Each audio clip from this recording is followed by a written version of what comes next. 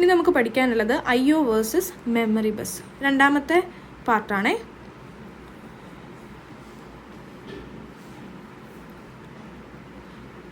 അപ്പോൾ ഇവിടെ നമ്മൾ ഡിസ്കസ് ചെയ്യുന്നത് എങ്ങനെയാണ് CPU-വും മെമ്മറി, എങ്ങനെയാണ് CPU-വും ഇൻപുട്ട് ഔട്ട്പുട്ട് ഡിവൈസസും തമ്മിൽ കണക്ട് ചെയ്യുന്നത്. അതായത് ഇവിടെ നമ്മൾ പഠിക്കുന്നത് നമുക്കൊരു CPU ഇവിടെ ഉണ്ട്, നമുക്ക് മെമ്മറി ഉണ്ടാവും, ദെൻ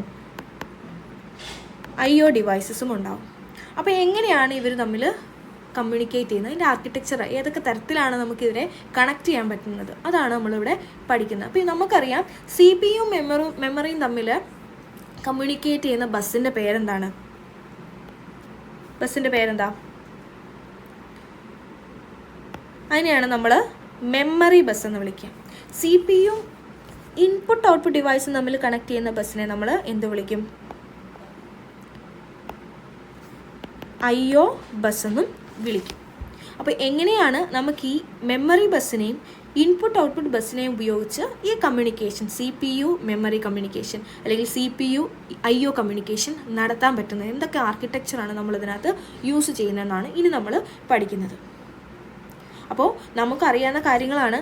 ഈ മെമ്മറി ബസ്സായാലും ഇൻപുട്ട് ഔട്ട്പുട്ട് ബസ്സായാലും IO ബസ്സായാലും അതിനകത്ത് എന്തൊക്കെയുണ്ട്? അഡ്രസ് ലൈൻസ് ഉണ്ടാവും, ഡാറ്റ ലൈൻസ് ഉണ്ടാവും, കൺട്രോൾ ലൈൻസും ഉണ്ടാവും അല്ലേ? അഡ്രസ് ലൈൻസ് ഉണ്ടാവും, ഡാറ്റ ലൈൻസ് ഉണ്ടാവും, കൺട്രോൾ ലൈൻസ് ഉണ്ടാവും എല്ലാ ബസ്സിനകത്തും.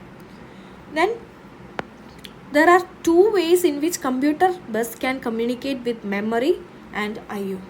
അപ്പം ഇതിനെല്ലാം ചേർത്തിട്ട് നമ്മൾ സിസ്റ്റം ബസ് എന്ന് വിളിക്കും. അപ്പോൾ CPU-ന് അതിൻ്റെ സിസ്റ്റം ബസ് ഉപയോഗിച്ച് എങ്ങനെയൊക്കെ മെമ്മറി ആയിട്ടും ഇൻപുട്ട് ഔട്ട്പുട്ട് ഡിവൈസുമായിട്ട് കണക്ട് ചെയ്യാൻ പറ്റും, എങ്ങനെ ഇവരെ തമ്മിൽ, സിമ്പിളി ഇത്രയേ ഉള്ളൂ. CPU-നെയും മെമ്മറിനെയും ഈ IO-നെയും ഈ ബസ് ഉപയോഗിച്ച് ഏതൊക്കെ രീതിയിൽ നമുക്ക് കണക്ട് ചെയ്യാനായിട്ട് പറ്റും, ഇതാണ് ഇവിടെ പഠിക്കുന്നത്. 3 രീതിയിൽ നമുക്ക് കണക്ട് ചെയ്യാനായിട്ട് പറ്റും. ഒന്നാമത്തേന്ന് പറഞ്ഞാൽ സെപ്പറേറ്റ് ബസ്, രണ്ടാമത്തേന്ന് പറഞ്ഞാൽ common data and address bus, മൂന്നാമത്തേതെന്ന് പറഞ്ഞു കഴിഞ്ഞാൽ common data address and control bus. എന്ന് വെച്ചാൽ ഇത്രയേ ഉള്ളൂ. ഇപ്പോൾ ഇവിടെ ഞാൻ വരച്ചിരിക്കുന്നതില്ലേ, അതാണ് ഫസ്റ്റ് മെത്തേഡ്. മെമ്മറിയായിട്ട് കണക്ട് ചെയ്യാനൊരു ബസ്, അതിനകത്ത് അഡ്രസ്സും കൺട്രോളും ഡാറ്റ ലൈൻസും ഉണ്ടാവും. ഇനി IO ഡിവൈസുമായിട്ട് കമ്മ്യൂണിക്കേറ്റ് ചെയ്യാനും ഒരു സെപ്പറേറ്റ് ബസ്, അതിനകത്തും address, data and control lines separate ഉണ്ടാവും. സോ ഇതാണ് ഫസ്റ്റ് മെത്തേഡ്. സെക്കൻഡ് മെത്തേഡ് എന്ന് പറയുന്നത് കോസ്റ്റ് കുറച്ച് കുറയ്ക്കാൻ വേണ്ടിയിട്ട് നമ്മൾ എന്ത് ചെയ്യണം? കുറച്ച് ലൈൻസിനെ മാത്രം ഷെയർ ചെയ്യാണ്. ഇവിടെ എല്ലാ ലൈൻസിനെയും ഷെയർ ചെയ്യുന്നതിന് പകരം സെക്കൻഡ് മെത്തേഡിൽ ഇതിനകത്ത് അഡ്രസ്സും ഡാറ്റയും കൺട്രോൾ ലൈൻസും ഉണ്ടെന്ന് പറഞ്ഞില്ലേ? അപ്പോൾ ഈ ഡാറ്റ ലൈനിനെയും അഡ്രസ് ലൈനിനെയും കോമൺ ആക്കി വെച്ചിട്ട് ഇവർ രണ്ടുപേരും, അതായത് ഈ മെമ്മറിയിലേക്കും IO ഡിവൈസിലേക്കും കമ്മ്യൂണിക്കേറ്റ് ചെയ്യാനായിട്ട് കോമൺ ആയിട്ട് യൂസ് ചെയ്യണം. മൂന്നാമത്തെ മെത്തേഡിൽ ഒരൊറ്റ ബസ് വെച്ചിട്ട് മെമ്മറിയെയും IO രണ്ടിനെയും ആക്സസ് ചെയ്യാണ് CPU. ഇതാണ് മൂന്നാമത്തെ മെത്തേഡ്. ഡീറ്റെയിൽ ആയിട്ട് നോക്കാം. ഫസ്റ്റ് മെത്തേഡ് എന്ന് പറഞ്ഞു കഴിഞ്ഞാൽ ഇത്രേ ഉള്ളൂ, സെപ്പറേറ്റ് ബസ്സസ് ഫോർ ബോത്ത്. അതായത് നമുക്കിവിടെ ഒരു CPU ഉണ്ട്, we have A memory and IO devices, നമുക്ക് IO ഡിവൈസ് ഉണ്ട്. അപ്പോൾ ഇവിടെ ചെയ്യുന്നത് സെപ്പറേറ്റ് ബസ്സസ് ഫോർ ബോത്ത് എന്ന് വെച്ചാൽ സെപ്പറേറ്റ് ഒരു ബസ്, 3 ലൈൻസ് വരച്ചിരിക്കുന്നത് അഡ്രസ്സിനെയും ഡാറ്റയെയും കൺട്രോൾ ലൈനെ ഇൻഡിക്കേറ്റ് ചെയ്യാനാണ്. ഓക്കെ, അപ്പോൾ ഇതാണ് നമ്മളുടെ മെമ്മറി ബസ് എന്ന് പറയുന്നത്. ഓക്കെ, ഈ 3 ലൈൻസ് അടങ്ങുന്ന ആ ഒരു ബണ്ടിലാണ് നമ്മുടെ മെമ്മറി ബസ്. ഇനി ഇൻപുട്ട് ഔട്ട്പുട്ട് ഡിവൈസുമായിട്ട് കമ്മ്യൂണിക്കേറ്റ് ചെയ്യാനും നമ്മൾ ഇതുപോലെ തന്നെ ഒരു സെപ്പറേറ്റ് ബസ് യൂസ് ചെയ്യണം. അതിന് മറ്റേ ബസ്സുമായിട്ട് ഒരു കണക്ഷനും ഇല്ല. ഇതിനെ നമ്മൾ ഇൻപുട്ട് ഔട്ട്പുട്ട് IO ബസ് എന്ന് വിളിക്കും. ഇതിനുള്ളിലും എന്ത് കാണും? അഡ്രസ് ലൈനും ഡാറ്റ ലൈനും കൺട്രോൾ ലൈനും ഉണ്ടാവും. അപ്പോൾ ഇവിടെ നമ്മൾ 2 ഡിഫറെൻറ്റ് ബസ്സുകൾ ഉപയോഗിച്ച് CPU-നെ മെമ്മറി ആയിട്ടും CPU-നെ IO ആയിട്ടും കണക്ട് ചെയ്തിരിക്കുകയാണ്. ഓക്കെ, അപ്പോൾ ഇതാണ് ഏറ്റവും സിംപ്ലസ്റ്റ് മെത്തേഡ് എന്ന് പറയുന്നത്, to connect CPU with memory and input output devices. അപ്പോൾ ഇവിടുത്തെ ഒരു അഡ്വാൻറ്റേജ് എന്ന് പറയുന്നത് ഇതാണ്, ഈ ഒരു മെത്തേഡ് സിമ്പിളാണ്. അപ്പോൾ അഡ്വാൻറ്റേജ് എഴുതാം. എന്താണ് advantage? Easy to implement, easy ആയിട്ട് ഇംപ്ലിമെൻറ്റ് ചെയ്യാനായിട്ട് പറ്റും. ഡിസഡ്വാൻറ്റേജ് എന്ന് പറയുന്നത് എന്താണ്? സെപ്പറേറ്റ് ആയിട്ട് ലൈൻസ് ഉള്ളതുകൊണ്ട് തന്നെ ഹൈ കോസ്റ്റ് ആയിരിക്കും. കണ്ടോ എത്ര ലൈൻസാണ് ഉള്ളത് ഇവിടെ കമ്മ്യൂണിക്കേറ്റ് ചെയ്യാൻ. ഇപ്പം കുറേ ഇൻപുട്ട് ഔട്ട്പുട്ട് ഡിവൈസ് ഉണ്ടെങ്കിൽ സെപ്പറേറ്റ് ലൈൻസ് വെച്ചിട്ടായിരിക്കും കമ്മ്യൂണിക്കേറ്റ് ചെയ്യുന്നത്. അപ്പോൾ ഇവിടെ കോസ്റ്റ് കൂടുതലായിരിക്കും, കോസ്റ്റ്ലി ആയിരിക്കും ഈ മെത്തേഡ്. സിമ്പിളാണ് പക്ഷേ കോസ്റ്റ്ലിയാണ്. രണ്ടാമത്തത് എന്ന് പറയുമ്പം അവിടെയാണ് ഷെയറിങ്ങിൻ്റെ ഒരു കൺസെപ്റ്റ് വരുന്നത്. ഇവിടെ നമുക്ക് CPU ഉണ്ട്, പിന്നെ മെമ്മറി ഉണ്ട്,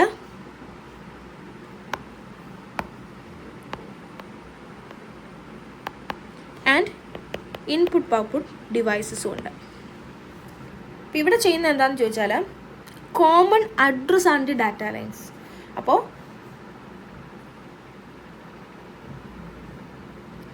ഇതാണ് അഡ്രസ് ലൈനും ഡാറ്റ ലൈനും. സെപ്പറേറ്റ് അഡ്രസ് ലൈനും ഡാറ്റ ലൈനും കാണുകയില്ല, ഒരൊറ്റ അഡ്രസ് ലൈനും ഒരൊറ്റ ഡാറ്റ ലൈനേ കാണുള്ളൂ. ഈ സെയിം ലൈനിനെ തന്നെ ആയിരിക്കും ആര് ഇൻപുട്ട് ഔട്ട്പുട്ട് ഡിവൈസസും യൂസ് ചെയ്യുന്നത്, അഡ്രസ് ആൻഡ് ഡാറ്റ ലൈൻസ്. അതേസമയം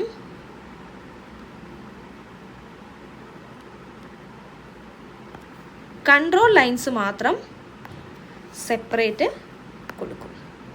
ഓക്കെ, കൺട്രോൾ ലൈൻസ് മനസ്സിലായി എന്ന് വെച്ചാൽ അഡ്രസ് ലൈനെയും ഡാറ്റ ലൈനെയും കോമൺ ആക്കി ഷെയർ ചെയ്യിപ്പിച്ചിട്ട് കൺട്രോൾ ലൈൻസിനെ മാത്രം സെപ്പറേറ്റ് ആക്കി കൊടുക്കും. അപ്പോൾ ഇതിനെ നമ്മൾ വിളിക്കുന്ന പേരാണ്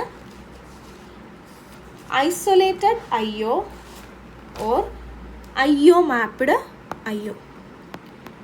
isolated IO or IO mapped IO എന്ന് വെച്ച് കഴിഞ്ഞാൽ ഇപ്പം നമുക്ക് അറിയാം CPU-ന് ഏതെങ്കിലും ഒരു ഡിവൈസിലേക്ക് ആക്സസ് ചെയ്യണമെങ്കിൽ IO ആയിക്കോട്ടെ അല്ലെങ്കിൽ മെമ്മറി ആയിക്കോട്ടെ, ആക്സസ് ചെയ്യണമെങ്കിൽ അഡ്രസ്സ് അറിയണം അല്ലേ. അപ്പോൾ ഈ എവിടെ നിന്നാണോ നമുക്ക് ഡാറ്റ വേണ്ടത്, എങ്ങോട്ടാണോ കമ്മ്യൂണിക്കേഷൻ ചെയ്യേണ്ടത്, അതിൻ്റെ അഡ്രസ്സ് ഉണ്ടാവണം. അപ്പോൾ ഇവിടെ മെമ്മറിക്കും അഡ്രസ്സ് ഉണ്ടാവും, മെമ്മറി ലൊക്കേഷൻസിനും അഡ്രസ്സ് ഉണ്ടാവും, അത് നമ്മൾ പഠിച്ചിട്ടുണ്ട്. ഇൻപുട്ട് ഔട്ട്പുട്ട് ഡിവൈസുകൾക്കും അഡ്രസ്സുകൾ ഉണ്ടാവും. ആ അഡ്രസ്സ് വെച്ചിട്ടായിരിക്കും CPU കമ്മ്യൂണിക്കേറ്റ് ചെയ്യുന്നത്. അപ്പോൾ CPU-ന് എന്തെങ്കിലും ഒരു ഡിവൈസുമായിട്ട് കമ്മ്യൂണിക്കേറ്റ് ചെയ്യണമെങ്കിൽ CPU ആദ്യം ചെയ്യുന്നത് ഏത് ഡിവൈസുമായിട്ടാണോ കമ്മ്യൂണിക്കേഷൻ ചെയ്യേണ്ടത് ആ അഡ്രസ്സിനെ അഡ്രസ് ലൈനിലേക്ക് പ്ലേസ് ചെയ്യും. അപ്പം XX എന്നാണ് അഡ്രസ്സ് എങ്കിൽ ആ XX അഡ്രസ് ലൈനിലേക്ക് പ്ലേസ് ചെയ്യും, എന്നിട്ടായിരിക്കും കമ്മ്യൂണിക്കേറ്റ് ചെയ്യുക. അപ്പോൾ ആ അഡ്രസ്സ് ഇപ്പോൾ ഇവിടെ ഈ ഒരു കേസിൽ നോക്കിക്കേ, ഇവിടെ മെമ്മറിക്കും ഓരോ ലൊക്കേഷനും അഡ്രസ്സ് ഉണ്ട്, ഇൻപുട്ട് ഔട്ട്പുട്ട് ഡിവൈസുകൾക്കും അഡ്രസ്സ് ഉണ്ടെന്ന് വിചാരിക്കാം. അപ്പോൾ CPU-ന് ഒരു ഇൻപുട്ട് ഔട്ട്പുട്ട് ഡിവൈസിനെ ആക്സസ് ചെയ്യണം. അതിൻ്റെ അഡ്രസ്സ് എക്സാമ്പിൾ പറയാനാണെങ്കിൽ ഇപ്പോൾ XXX എന്നാന്ന് വിചാരിക്കുക. അപ്പോൾ CPU എന്ത് ചെയ്യും, ആ XXX അഡ്രസ്സ് ഈ അഡ്രസ് ലൈനിലേക്ക് പ്ലേസ് ചെയ്യും. ആ അഡ്രസ്സ് ആർക്കൊക്കെ കിട്ടും, കോമൺ അഡ്രസ് ലൈൻ ആയതുകൊണ്ട് ആ അഡ്രസ്സ് മെമ്മറിക്കും കിട്ടും, അതുപോലെ തന്നെ ഇൻപുട്ട് ഔട്ട്പുട്ട് ഡിവൈസിനും കിട്ടും. അപ്പോൾ ഇവരെങ്ങനെ മനസ്സിലാക്കും ആരെ ആക്സസ് ചെയ്യണമെന്നുള്ളത്? Using control lines. ഇവിടെ സെപ്പറേറ്റ് കൺട്രോൾ ലൈൻസ് ആണ്. അപ്പോൾ ഈ XXX എന്ന് പറയുന്നത് ഈ മെമ്മറിക്കും കിട്ടും, ഈ ഇൻപുട്ട് ഔട്ട്പുട്ട് ഡിവൈസിനും കിട്ടും. അപ്പോൾ ഇതിൽ നിന്ന് ആരെ ആക്സസ് ചെയ്യണം എന്നുള്ളത്, ഏതിനെയാണ് CPU ആക്സസ് ചെയ്യുന്നത് എന്നുള്ളത് ഐഡൻറ്റിഫൈ ചെയ്യുന്നത് യൂസിങ് ദിസ് കൺട്രോൾ ലൈൻസ് ആണ്. അപ്പോൾ ഇൻപുട്ട് ഔട്ട്പുട്ട് ഡിവൈസിനെയാണ് CPU ആക്സസ് ചെയ്യാൻ ഉദ്ദേശിക്കുന്നതെങ്കിൽ ഈ കൺട്രോൾ ലൈനിലൂടെ ആയിരിക്കും ആ സിഗ്നൽ സെൻഡ് ചെയ്യുന്നത്. അതേസമയം മേളത്തെ കൺട്രോൾ ലൈൻ ഡിസേബിൾഡ്, അല്ലെങ്കിൽ അതിനകത്തൂടെ ഇൻഫർമേഷൻ അല്ലെങ്കിൽ സിഗ്നൽസ് ഒന്നും പോവില്ല. ഓക്കെ, അപ്പോൾ IO ഡിവൈസിനെയാണ് ആക്സസ് ചെയ്യുന്നതെങ്കിൽ അത് ഈ കൺട്രോൾ ലൈനിലൂടെ റീഡ് ഓർ റൈറ്റ് കമാൻഡ് കൊടുക്കും. അപ്പോൾ ഈ ഡിവൈസിന് മനസ്സിലാകും IO ഡിവൈസിനെയാണ് ആക്സസ് ചെയ്തിരിക്കുന്നത്. അങ്ങനെയാണ് ഐഡൻറ്റിഫൈ ചെയ്യുന്നത് ഏത് ഡിവൈസിനെയാണ് ആക്സസ് ചെയ്യുന്നതെന്ന്. അപ്പോൾ ഒന്ന് ആലോചിച്ച് നോക്കിയേ, ഇവിടെ മെമ്മറി, ഇപ്പോൾ ഒരു മെമ്മറി ലൊക്കേഷൻ്റെ അഡ്രസ്സ് 001 ആണെങ്കിൽ ഈ ഇതിൽ ഏതെങ്കിലും ഒരു ഡിവൈസിന് ഈ സെയിം അഡ്രസ്സ് വരാൻ പറ്റുമോ? വരാം. കാരണം ഇവിടെ സെയിം അഡ്രസ്സ് വന്നാലും കൺട്രോൾ ലൈൻസിലൂടെ നമുക്കതിനെ രണ്ടുപേരെയും ഐഡൻറ്റിഫൈ ചെയ്യാനായിട്ട് പറ്റും. ഇപ്പോൾ ഒരു മെമ്മറി ലൊക്കേഷന് 001 എന്നുള്ള അഡ്രസ്സ് ഉണ്ട്, പിന്നെ ഇതിനകത്തൊരു IO ഡിവൈസിനും 001 എന്നുള്ള അഡ്രസ്സ് ഉണ്ടെങ്കിൽ അവർ തമ്മിലൊരു എന്താ പറയുക, ഒരു പ്രോബ്ലം അവിടെ ഉണ്ടാവില്ല. കാര്യം സെപ്പറേറ്റ് കൺട്രോൾ ലൈൻസിലൂടെയാണ് നമ്മൾ എന്ത് ചെയ്യുന്നത്, ഏത് ഡിവൈസിനെയാണോ ആക്സസ് ചെയ്യേണ്ടത് അത് കൊടുക്കുന്നത്. ഓക്കെ, അപ്പോൾ ഈ ലൈനിലൂടെ ആണെങ്കിൽ ദാറ്റ് മീൻസ് ഇവിടുത്തെ 001 എന്ന് പറയുന്ന ഡിവൈസിനെയാണ് ആക്സസ് ചെയ്യേണ്ടതെന്ന് അവിടെ മനസ്സിലാവും. ഓക്കെ, അപ്പോൾ ഇതിൻ്റെ അഡ്വാൻറ്റേജ് എന്താണ്? ഇതിൻ്റെ അഡ്വാൻറ്റേജ് എന്ന് പറയുന്നത് no memory wastage and cost, reduced cost മറ്റേനെ കമ്പയർ ചെയ്ത് നോക്കുമ്പോൾ കുറവാണ്. കാര്യം ഇവിടെ നമ്മൾ 2 ലൈൻസിനെ ഷെയർ ചെയ്തു, ഇപ്പോൾ നമ്പർ ഓഫ് ലൈൻസ് കുറഞ്ഞു, അങ്ങനെ നമുക്ക് കോസ്റ്റും കുറയ്ക്കാൻ പറ്റും. പിന്നെ ഈ മെമ്മറി വേസ്റ്റേജ് എന്താണെന്ന് നെക്സ്റ്റ് കാറ്റഗറി കൂടി പഠിച്ചിട്ട് നിങ്ങൾക്ക് മനസ്സിലാവും. ഓക്കെ, ഇനി അടുത്ത കാറ്റഗറി എന്ന് പറയുന്നത്, ഇവിടെ നമ്മൾ എല്ലാ ലൈൻസിനെയും കോമൺ ആക്കി വെച്ചിരിക്കുക. എന്ന് പറഞ്ഞാൽ അഡ്രസ് ലൈനും ഡാറ്റ ലൈനും കൺട്രോൾ ലൈനും ഇവിടെ കോമൺ ആണ്. അതായത് നമ്മുടെ CPU ഇതാണ്, മെമ്മറി ഇതാണ്, IO ഡിവൈസ് ഇതാണ്. അപ്പോൾ നമ്മൾ എന്താ ഇവിടെ ചെയ്യുന്നത്?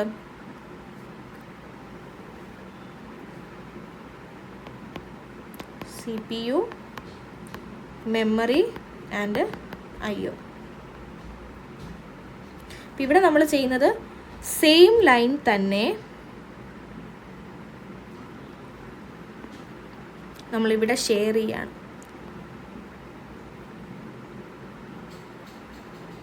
ഉണ്ടോ? അഡ്രസ് ലൈനും കോമൺ ആണ്, ഡാറ്റ ലൈനും കോമൺ ആണ്, കൺട്രോൾ ലൈനും കോമൺ ആണ്. അപ്പോൾ അഡ്രസ് ലൈനിലൂടെ എവിടെയാണോ ഏത് ഡിവൈസാണോ ആക്സസ് ചെയ്യേണ്ടത്, ഏത് ലൊക്കേഷനാണോ ആക്സസ് ചെയ്യേണ്ടത്, ആ അഡ്രസ്സ് പ്രൊവൈഡ് ചെയ്യുന്നു. ഡാറ്റ ലൈനിലൂടെ കമ്മ്യൂണിക്കേറ്റ് ചെയ്യേണ്ട ഡാറ്റ പ്രൊവൈഡ് ചെയ്യുന്നു. കൺട്രോൾ ലൈൻസിലൂടെ റീഡ് ഓർ റൈറ്റ് റിലേറ്റഡ് ആയിട്ടുള്ള ആ കമ്മ്യൂണിക്കേഷൻ റിലേറ്റഡ് ആയിട്ടുള്ള ഇൻഫർമേഷൻ, കൺട്രോൾ ഇൻഫർമേഷൻ സെൻഡ് ചെയ്യുന്നു. അപ്പോൾ ഇവിടെ നിങ്ങളൊന്ന് ആലോചിക്കുക, ഇവിടുത്തെ പ്രത്യേകത എന്താണെന്ന് വിചാരിച്ചാൽ, ഇവിടെ ഇൻപുട്ട് ഔട്ട്പുട്ട് ഡിവൈസുകൾക്ക്, ഈ ഇൻപുട്ട് ഔട്ട്പുട്ട് ഡിവൈസുകൾക്ക് ഇറ്റ്സ് ഓൺ അഡ്രസ്സ് ഉണ്ടാവില്ല. അതായത് ഇത്രേ ഉള്ളൂ, here input output devices do not have their own addresses. സ്വന്തമായിട്ട് അവർക്ക് അഡ്രസ്സ് ഉണ്ടാവില്ല. അപ്പോൾ അഡ്രസ്സ് ഇല്ലാതെ പിന്നെ എങ്ങനെയാണ് ഇൻപുട്ട് ഔട്ട്പുട്ട് ഡിവൈസുകളെ ആക്സസ് ചെയ്യാൻ പറ്റുക? അഡ്രസ്സ് എന്തായാലും ഉണ്ടാവണം. മെമ്മറിയിൽ നിന്നായിരിക്കും ഈ അഡ്രസ്സ് കൊടുക്കുന്നത്.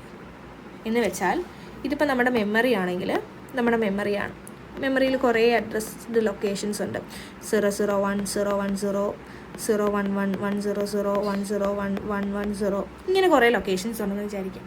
അപ്പോൾ ഇതിൽ നിന്ന് കുറച്ച് ലൊക്കേഷൻസിനെ എടുത്തിട്ട് അതിനെ IO ഡിവൈസുകൾക്ക് അഡ്രസ്സായിട്ട് അസൈൻ ചെയ്ത് കൊടുക്കുക. ഇവിടെ IO ഡിവൈസുകൾക്ക് സ്വന്തമായിട്ട് ഇറ്റ്സ് ഓൺ അഡ്രസ്സ് ഇല്ല. അതുകൊണ്ട് എന്ത് ചെയ്യാണ്, ഇവിടുന്ന് മെമ്മറിയിൽ നിന്ന് മാപ്പ് ചെയ്തിട്ട് നമ്മൾ അഡ്രസ്സ് IO ഡിവൈസുകൾക്ക് പ്രൊവൈഡ് ചെയ്യാണ്. ഇവിടുത്തെ ഒരു കാര്യം എന്ന് പറഞ്ഞു കഴിഞ്ഞാൽ, ഇവിടെ ഒരു മെമ്മറി ലൊക്കേഷനും ഒരു ഡിവൈസിനും സെയിം അഡ്രസ്സ് ഒരിക്കലും വരാൻ പാടില്ല. കാര്യം ഇവിടെ നമ്മൾ കൺട്രോൾ ലൈനും കോമൺ ആയിട്ടാണ് കൊടുത്തിരിക്കുന്നത്. അപ്പോൾ കൺട്രോൾ ലൈനിലൂടെ നമുക്ക് ഡിഫറൻഷിയേറ്റ് ചെയ്യാനായിട്ട് പറ്റില്ല. അപ്പം യുണീക്ക് അഡ്രസ്സ് അല്ലെങ്കിൽ ഇവിടെ പ്രശ്നം വരും. അതുകൊണ്ട് എന്ന് വെച്ചാൽ മെമ്മറിക്കും ഇൻപുട്ട് ഔട്ട്പുട്ട് ഡിവൈസുകൾക്കും അസൈൻ സെയിം അഡ്രസ്സ് തന്നെ 2 കാറ്റഗറിക്കും കൊടുക്കാനായിട്ട് പറ്റില്ല. എന്ന് വെച്ചാൽ ഒരു മെമ്മറി ലൊക്കേഷൻ ഒരു അഡ്രസ്സ് ഉണ്ടെങ്കിൽ സെയിം അഡ്രസ്സ് ഇവിടെ ഇൻപുട്ട് ഔട്ട്പുട്ട് ഡിവൈസിന് വരാൻ പാടില്ല. അപ്പോൾ ഡിഫറെൻറ്റ് യുണീക്ക് അഡ്രസ്സ് ആയിരിക്കണം എല്ലാവർക്കും ഉണ്ടായിരിക്കേണ്ടത്. അതിനുവേണ്ടി നമ്മൾ മെമ്മറിയിൽ നിന്ന് കുറേ അഡ്രസ്സിനെ എടുത്ത് അതിനെ IOയ്ക്ക് കൊടുത്തിരിക്കുകയാണ്. ഓക്കെ, അതാ ഇവിടെ പറഞ്ഞിരിക്കുന്നത്. Some addresses are assigned to IO devices from the memory addresses. അപ്പം ഇവിടെ നമുക്ക് 2 ഡിവൈസ് ഉണ്ടെന്ന് വിചാരിക്കുക. We have 2 devices, D1 and D2. ഇവിടെ D1നും D2നും ഇറ്റ്സ് ഓൺ അഡ്രസ്സ് ഇല്ല. സോ നമുക്ക് അഡ്രസ്സ് കൊടുക്കണം. എവിടെ നിന്നാണ് കൊടുക്കുന്നത്? മെമ്മറിയിൽ നിന്ന്. അപ്പം നമ്മൾ എന്ത് ചെയ്യുമെന്ന് ചോദിച്ചാൽ, മെമ്മറിയിൽ നിന്ന് എടുക്കും, ഏതെങ്കിലും 2 അഡ്രസ്സുകളെ എടുക്കും, എന്നിട്ട് അതിനെ D1നും D2നും കൊടുക്കും. So D1 will get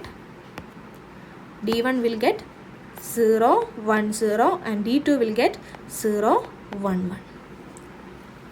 okay, അപ്പോൾ D1നും D2നും അഡ്രസ്സ് കിട്ടി. അഡ്രസ്സ് എവിടെ നിന്നാണ് കിട്ടിയത്? മാപ്ഡ് ഫ്രം മെമ്മറിയിലെ അഡ്രസ്സാണ് കിട്ടിയത്. സോ മെമ്മറിയിൽ പിന്നെ ആ അഡ്രസ്സിൽ നമുക്ക് ഡാറ്റ സ്റ്റോറേജ് ചെയ്യാനായിട്ട് പറ്റില്ല.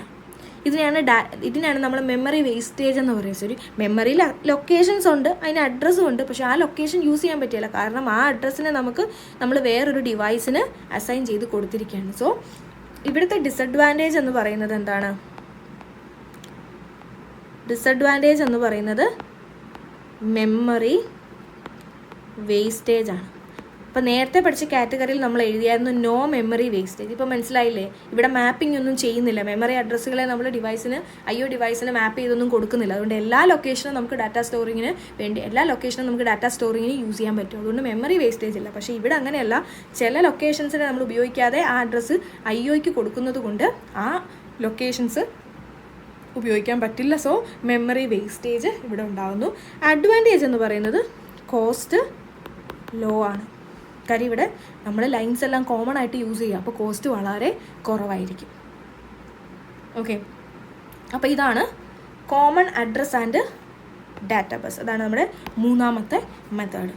So here some addresses are assigned to IO devices from memory addresses. This is called എന്താ വിളിക്കുന്നത്, മെമ്മറി മാപ്ഡ് IO.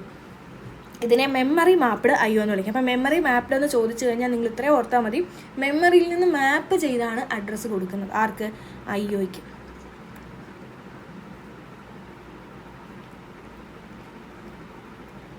അപ്പോൾ CPU ഏതെങ്കിലും ഒരു ഡിവൈസിനെ ആക്സസ് ചെയ്യണമെങ്കിൽ, ഇപ്പം CPU നമ്മുടെ D1 ഇൻപുട്ട് ഡിവൈസിനെ ആക്സസ് ചെയ്യണമെങ്കിൽ CPU എന്ത് ചെയ്യും, ഈ 010 എന്ന് പറയുന്ന അഡ്രസ്സിനെ എവിടെ പ്ലേസ് ചെയ്യും? അഡ്രസ് ലൈനിൽ പ്ലേസ് ചെയ്യും. എന്നിട്ട് read or write command issue ചെയ്യും. അപ്പോൾ ഇവിടെ ഒരു പ്രശ്നം ഉണ്ടാകില്ല. കാര്യം ഈ 010 എന്ന് പറയുന്ന അഡ്രസ്സ് ആർക്ക് മാത്രമേ ഉള്ളൂ? D1 മാത്രമേ ഉള്ളൂ. അങ്ങനെ ഒരു അഡ്രസ്സ്, ആ അഡ്രസ്സിൽ നമ്മൾ മെമ്മറിയിൽ ഡാറ്റ സ്റ്റോർ ചെയ്യുന്നില്ല, അത് മാപ്പ് ചെയ്ത് IOയ്ക്ക് കൊടുത്തിരിക്കുകയാണ്. അപ്പോൾ ഇവിടെ ഒരു കൊളീഷൻ ഒന്നും സംഭവിക്കുന്നില്ല. ഓക്കെ, അതുകൊണ്ട് തന്നെ IOയ്ക്കും മെമ്മറിക്കും ഇവിടെ സെയിം, അതായത് ഒരു മെമ്മറി ലൊക്കേഷനും ഒരു IOയ്ക്കും സെയിം അഡ്രസ്സ് വരില്ല. അപ്പുറത്ത് നമുക്ക് എങ്ങനെ വേണേലും അഡ്രസ്സ് കൊടുക്കാമായിരുന്നു. ഇവിടെ സെക്കൻഡ് മെത്തേഡിൽ കൺട്രോൾ ലൈൻസ് യൂസ് ചെയ്ത് നമുക്ക് റെക്കഗ്നൈസ് ചെയ്യാൻ, ഐഡൻറ്റിഫൈ ചെയ്യാൻ പറ്റിയേനെ. അപ്പോൾ ഇതാണ് 3 ways നമുക്ക് മെമ്മറിനെയും ഇൻപുട്ട് ഔട്ട് ഡിവൈസിനെയും ബസ് ഉപയോഗിച്ച് CPU ആയിട്ട് കണക്ട് ചെയ്യാനുള്ള 3 മെത്തേഡ്സ്. അപ്പോൾ ഇതിൽ ഈ 3 മെത്തേഡ്സ് നമ്മൾ ഒരുമിച്ച് ഒരിക്കലും യൂസ് ചെയ്യത്തില്ല. ഇത് ഡിഫറെൻറ്റ് മെത്തേഡ്സ് ആണ്. ഇതിലേതെങ്കിലും ഒന്ന് ഡിസൈൻ ചെയ്യുന്ന സമയത്ത് ഏതെങ്കിലും ഒന്ന് സെലക്ട് ചെയ്തിട്ട് ആ ഒരെണ്ണമായിരിക്കും നമ്മൾ യൂസ് ചെയ്യുന്നത്. ഓക്കെ.